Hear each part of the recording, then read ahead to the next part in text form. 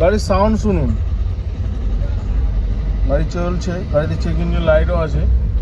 Engine করিয়েছিল, নিসানের Micra আছে, আবার চেক ইঞ্জিন লাইট চলে গেল, আবার কিছুক্ষণ পর আবার চেক ইঞ্জিন লাইট আসবে। এই প্রবলেম হচ্ছে গাড়িতে, দেখুন ঠাক ঠাক ঠাক ঠাক ঠাক চেক ইঞ্জিন লাইট চলে এসছে, আবার দেখেছেন আবার চেক ইঞ্জিন লাইট চলে এসছে। প্রবলেমগুলোকে আপনাদের গাড়ি চালানোর সময় দেখাচ্ছিলাম, এইবার আমরা আপনাদেরকে ইঞ্জিন স্টার্ট করে দেখাচ্ছি। গাড়িতে নজল আছে, নজলেরও কাজ হয়েছে। গাড়িতে টার্বো পর্যন্ত চেঞ্জ হয়েছে, এটা টার্বো করে লাগানো থাকে। One cylinder 2 firing order miss আছে। বুস্ট প্রেসার সেন্সার, এখানে পাইপ ভেঙে ফেলেছে নাকি করেছে আমি সেটা চেক করবো।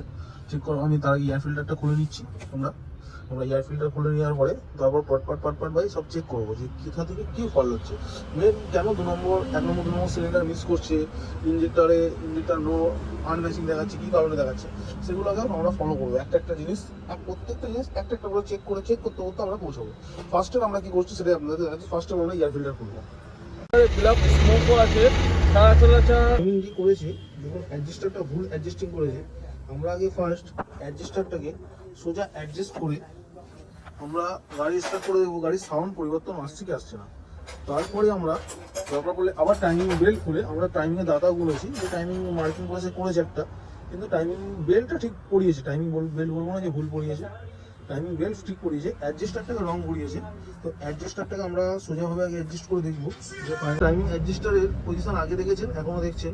তো আমরা টাইমিং অ্যাডজাস্টারের পজিশন আগে এখানে ছিল, আমরা এই পজিশনটা এখন এদিকে আসছে, এখানে পজিশন আগে উপরে ছিল, এখন ঠিক জায়গায় আসছে। তো আমরা গাড়িতে টাইমিং গাড়ি সাউন্ড চেঞ্জ হয় 2 নম্বর আর 4 নম্বরে জ্যাক লাগিয়ে নিলাম, আর 1 নম্বর আর 2 নম্বরে জ্যাক 1 নম্বর 3 নম্বরে জ্যাক তুলে নেব, তুলে দিলাম। তো গাড়ি স্টার্ট আছে।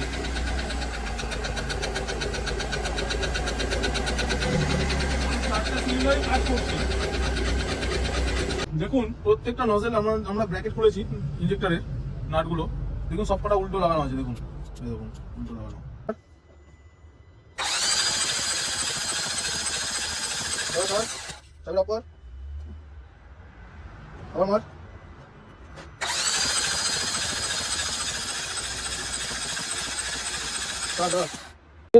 এই যে ডট আছে, এই ডট থেকে এই ডট পরিষ্কার দেখা যাচ্ছে তো, এই ডট থেকে আর এই ডট, এই দুটো ডট থেকে এখান পর্যন্ত, এখান থেকে যদি গুনবেন আর এখান থেকে যদি গুনবেন 19 দাদা, এরকম ভাবে আপনাদের যে এরকম ভাবে টাইমিংটা দেখিয়ে